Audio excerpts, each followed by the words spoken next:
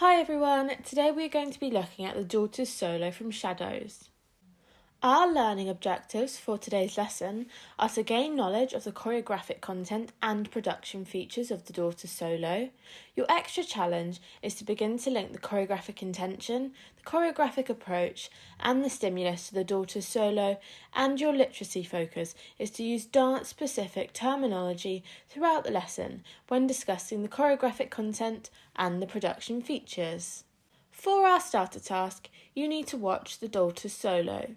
Whilst watching the clip of the section, I want you to note down what you see. This could be, for example, the types of movement the daughter is performing or the aural setting that has been chosen. Note down as many points as you can, as this will help you throughout the lesson. The Daughter's Solo starts at 38 seconds and ends at 1 minute 40. As we have now watched the clip of the section, I want you to get out or download the Daughter's Solo booklet. It should have 5 pages, which consist of the aural setting, the lighting, the staging and props, the choreographic content, and the costume, which we will be looking at today. Using the notes that you wrote down in your starter task, I want you to spend 3 minutes putting them on the correct pages. We are going to start by looking at the staging and props of the Daughter's Solo.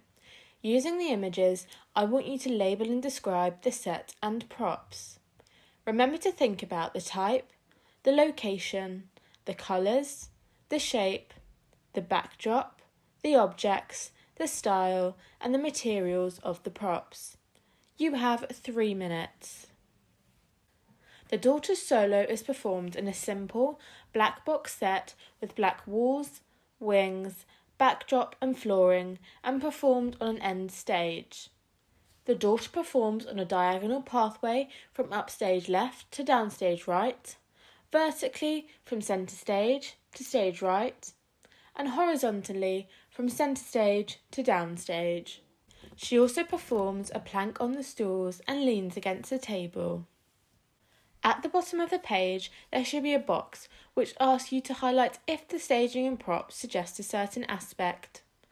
I want you to go through and highlight any of the phrases that you think the staging and props suggest about the piece.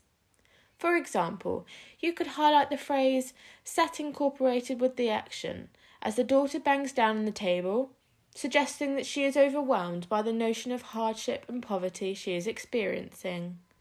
You have 2 minutes. We should now have lots of different ideas for the staging and the props of the Daughter's Solo.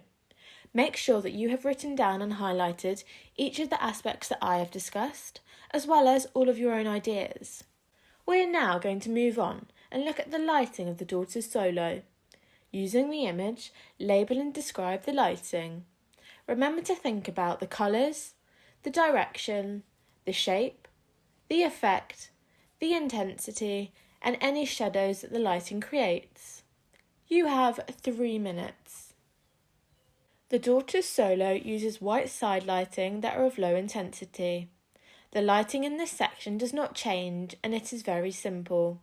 The mother, father, and son are visible but dimly lit upstage left, sitting at the table. What do you think that the lighting suggests about this section? Why is the lighting of low intensity? How does this link to the choreographic intention or the stimulus? Now, go through and highlight if the lighting suggests a certain aspect about the piece. For example, you could highlight the phrase "accentuates actions, gestures, body parts" as the side lights sculpt the lines of the dancer's body. You could also highlight the phrase "shows time of day" as the sidelights could be interpreted as candlelight, using the candlelight to stay hidden in their home from the outside force. You could also highlight the phrase "choreographic intention" as it could suggest that the family do not have electricity in their home and are therefore experiencing poverty. You have 2 minutes. Next, we are going to look at the aural setting of the Daughter's Solo. I want you to create a mind map to describe the aural setting and accompaniment. Your extension task is to analyse how the aural setting is used effectively. Remember to think about the instruments, the time signature, the style, the volume, the the speed, the music-dance relationships, any silence, and if you can hear any of the dancer's movements. The daughter's solo starts at 38 seconds and ends at 1 minute 40. In the daughter's solo, both the music and movement are frantic. The violin plays rapidly with agitated and shrieking notes which match her anxious movements. You were able to hear the daughter bang down her arms on the table, which suggests frustration. At the end of the solo, there are deep, low piano notes, which is a clear indication that this section has ended and a new section is starting. Now, go through and highlight if the aural setting and accompaniment suggest a certain aspect about the piece. Think about how this section links to the choreographic intention and stimulus. You also need to look at the music-dance relationships of this section and highlight the correct term. Are the music and dance in direct correlation, or do they mutually exist or disassociate with one another? You have 2 minutes. We are going to look at the choreographic content of the daughter's solo. First, I want you to describe key motifs from this section referring to action, space, dynamics, and relationships. Secondly, I want you to move on to naming any structuring devices and form within this section. Thirdly, I want you to move on to the choreographic devices box, naming any of the devices and where they are visible within the solo.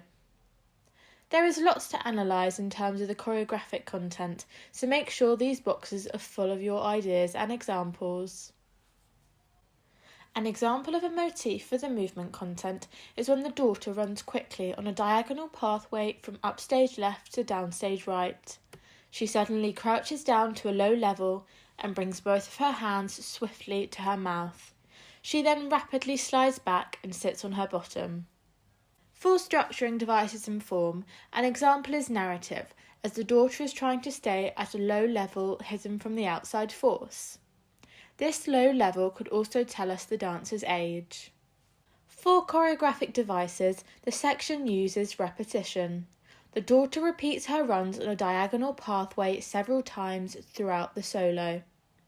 This section also contrasts with the next section, which uses slow, controlled and deliberate actions as opposed to her solo, which is fast and frantic. This contrast helps to show the role of the parents trying to reassure their daughter.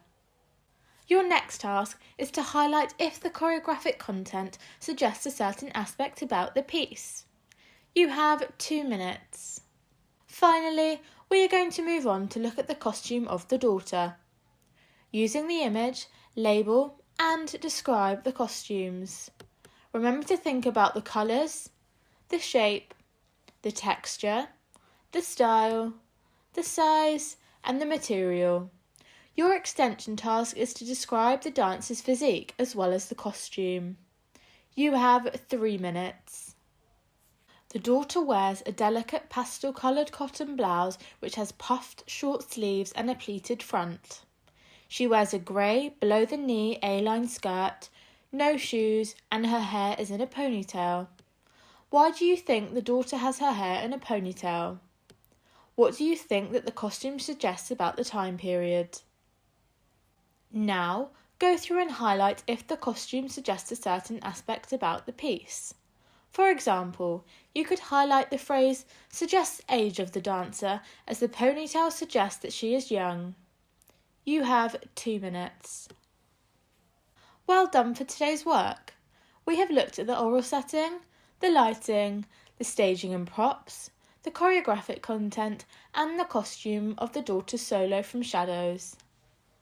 For your homework, you now need to download and complete the homework table. The homework table asks you to write down how the aural setting, for example, supports the contributions of the piece. The contributions could refer to the choreographic intention, the stimulus, or the choreographic approach. You are then required to give your personal interpretation of the aural setting and then how the aural setting has an effect on the audience.